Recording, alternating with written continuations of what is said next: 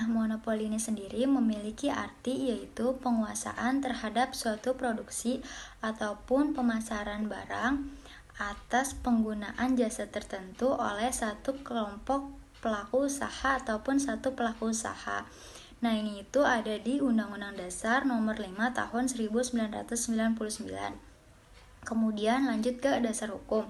Dasar hukum monopoli sendiri ada di Undang-Undang Dasar Nomor 8 Tahun 1999 tentang perlindungan konsumen adalah pasal 5 ayat 1, pasal 27 ayat 1, pasal 27 dan pasal 33 Undang-Undang Dasar 1945. Kemudian ada unsur monopoli. Yang pertama, adanya perjanjian di antara pelaku usaha. Yang kedua, mengatur jumlah produksi. Yang ketiga, mengatur pemasaran atau barang dan jasa. Yang keempat, bermaksud untuk mempengaruhi harga. Yang kelima, dapat mengakibatkan terjadinya praktik monopoli dan atau persaingan usaha tidak sehat. Yang keenam, 2 atau 3 pelaku usaha menguasai lebih dari 75% pangsa pasar satu jenis barang atau jasa tertentu. Hukum kekayaan intelektual dan hukum anti monopoli. Hukum kekayaan intelektual pada umumnya memberikan hak monopoli, sedangkan hukum anti monopoli mencegah praktik-praktik monopoli. Karakteristik penting dari hukum kekayaan intelektual adalah: yang pertama, hukum kekayaan intelektual bernilai secara komersial. Yang kedua, hukum kekayaan intelektual adalah hak pribadi yang dilisensikan kepada orang lain. Yang ketiga, hukum kekayaan intelektual memberikan hak monopoli, yaitu hak untuk mencegah orang lain mempergunakan haknya tanpa izin. Perlindungan hukum kekayaan intelektual bertujuan mendorong kreativitas dan inovasi. Jika hak-hak yang diperoleh tersebut tidak bersifat eksklusif, pihak lain akan memiliki akses terhadap invensi tersebut dan memproduksinya sendiri tanpa izin. Nah, selanjutnya penyalahgunaan HKI. Sifat monopoli yang melekat pada hukum kekayaan intelektual dapat menciptakan permasalahan tertentu jika hal tersebut disalahgunakan. Hak-hak eksklusif yang menguntungkan orang yang menciptakan HKI, tetapi dapat menjadi salah satu yang mungkin merugikan konsumen. Nah, dalam hal ini, monopoli sendiri itu diatur dalam Undang-Undang Nomor 5 Tahun 1999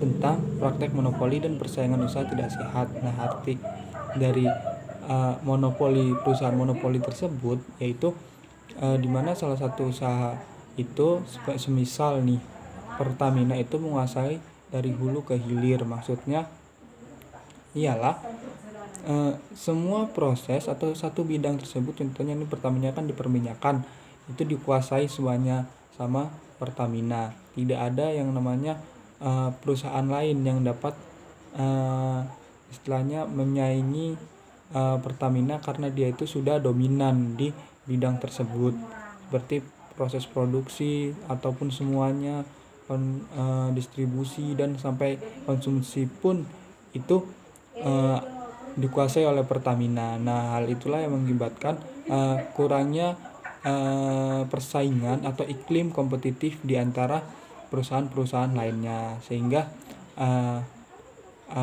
adanya undang-undang ini seperti itu. Oke, selanjutnya itu adalah peran hukum anti monopoli. Hukum anti monopoli melindungi konsumen dan masyarakat dari pemanfaatan kepentingan dagang yang kuat. Hukum ini menganggap bahwa alokasi sumber daya yang paling jujur dan paling efisien di dalam pasar akan diperoleh melalui persaingan yang nyata. Persaingan tersebut hanya akan dapat diperoleh jika praktik-praktik yang bersifat penipu dan anti kompetitif dilarang oleh ketentuan hukum. Terima kasih. Pertentangan hukum kekayaan intelektual dan hukum anti monopoli. Hukum kekayaan intelektual dan hukum anti monopoli memiliki tujuan kebijakan yang sama, di mana keduanya bertujuan untuk memajukan pembangunan ekonomi dengan menyediakan intensif untuk menarik perdagangan, penelitian, dan kegiatan kreatif. Hak eksklusif ini diberikan oleh sistem hukum kekayaan intelektual dalam bidang hak cipta, hak paten, dan hak merek, atau rahasia dagang, yang mana dapat diperalihkan kepada orang lain dengan beberapa cara. Salah satunya adalah dengan perjanjian lisensi, yang mana seseorang atau sebuah perusahaan dapat menggunakan invensi dari ciptaan orang lain. Terkadang perjanjian lisensi ini berisian syarat-syarat yang menyebabkan juga terjadinya monopoli.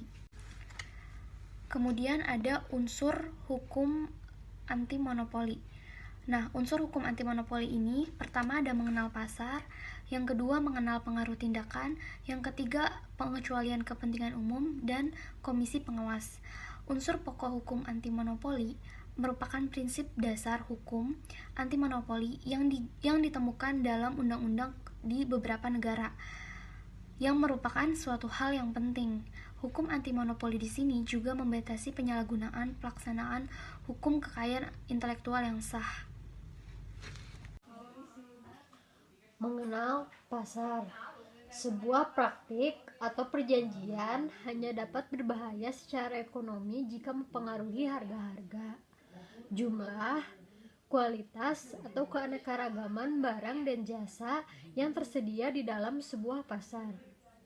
Hukum industri mewajibkan sebuah analisis terhadap pengaruh tindakan yang dibuat di dalam pasar tertentu. Kemudian mengenal pengaruh tindakan. Prinsip kedua dari hukum anti monopoli adalah bahwa hukum tersebut mencegah persaingan usaha yang curang, misalnya memonopoli atau menyalahgunakan posisi dominan dalam pasar. Jika perusahaan memonopoli suatu pembagian pasar, berarti hukum anti monopoli mencegah digunakannya kekuatan yang tidak jujur untuk menyingkirkan para pesaing atau para pesaing baru yang memasuki pasar. Selanjutnya, pengecualian kepentingan umum.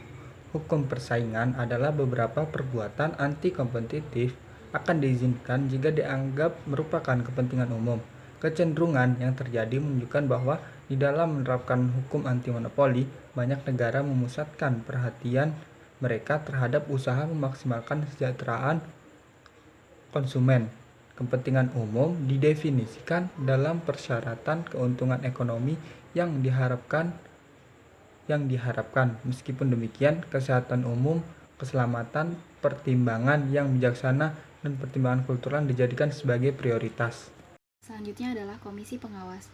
Menurut Undang-Undang Nomor 5 Tahun 1999, Pasal Nomor 36, bahwasannya yang mengawasi hak kekayaan intelektual di sini adalah KPPU. Dan KPPU itu berdasarkan pasal tadi mempunyai dua wewenang. Yang pertama adalah wewenang untuk menerima laporan dari masyarakat akan adanya praktek monopoli atau persaingan usaha tidak sehat. Yang kedua adalah menyelidiki adanya praktek monopoli atau persaingan usaha tidak sehat. Dari pasal tersebut, maka KPPU juga berhak untuk mengawasi praktek hak kekayaan intelektual. Kemudian selanjutnya ada HKI dan persaingan usaha. Hukum persaingan usaha adalah elemen esensial sehingga dibutuhkan adanya undang-undang sebagai code of conduct bagi pelaku usaha untuk bersaing di pasar sesuai dengan aturan undang-undang. Negara berkepentingan bahwa kebijakan persaingan adalah ditunjukkan untuk menjaga kelangsungan proses kebebasan bersaing itu sendiri yang diselaraskan dengan freedom of trade atau kebebasan berusaha, freedom of choice atau kebebasan untuk memilih, dan access to market yaitu terobosan memasuki pasar. Saya akan menjelaskan kesimpulan dari presentasi kelompok saya, yang mana mengenai hubungan anti monopoli dalam hak kekayaan intelektual dan persaingan usaha dan perlindungan konsumen. Hak kekayaan intelektual dan persaingan usaha mempunyai hubungan yang sangat kuat, dan persaingan usaha mempunyai hubungan kuat dengan perlindungan konsumen. Sebagai contoh, pada kasus Windows, di sini perangkat yang dibolehkan untuk akses internet pada Windows hanyalah Internet Explorer. Di sini Windows melakukan monopoli karena mengakibatkan barrier to entry, yaitu sulitnya aplikasi lain untuk masuk dalam pasaran Windows, seperti Opera Mini, Google Chrome, dan lain sebagainya. Akhirnya, di sini walaupun Windows itu sebagai pemegang hak cipta yang mempunyai hak eksklusif, namun dia dikatakan monopoli karena memblok beberapa akses pasaran lain, dan dia bertentangan dengan hukum. Walaupun sesuai dengan Undang-Undang Nomor 28 Tahun 2014 itu dia mempunyai hak eksklusif, namun ketika seseorang memegang hak eksklusifnya dan mendominasi, maka akan menimbulkan persaingan usaha tidak sehat. Nah, ketika ada persaingan usaha tidak sehat, maka yang dirugikan adalah konsumen. Disinilah Undang-Undang Perlindungan Konsumen berlaku, yaitu Undang-Undang Nomor 8 Tahun 1999 yang mana mengharuskan kepada setiap perusahaan atau setiap orang yang mempunyai produk maka harus berusaha jujur kepada konsumennya atas apa yang diperoleh atau yang diproduksi. Nah, ketika ada hak kekayaan intelektual tidak digunakan dengan benar hak eksklusifnya dan mengakibatkan persaingan usaha, maka akan mengakibatkan persaingan usaha yang tidak sehat, dan itu merugikan konsumen. Disinilah hubungan antara hak kekayaan intelektual dengan persaingan usaha dan perlindungan konsumen harus saling bersinergi antara satu sama lain. Sekian presentasi dari kelompok kami, kurang lebihnya mohon maaf. Wassalamualaikum warahmatullahi wabarakatuh.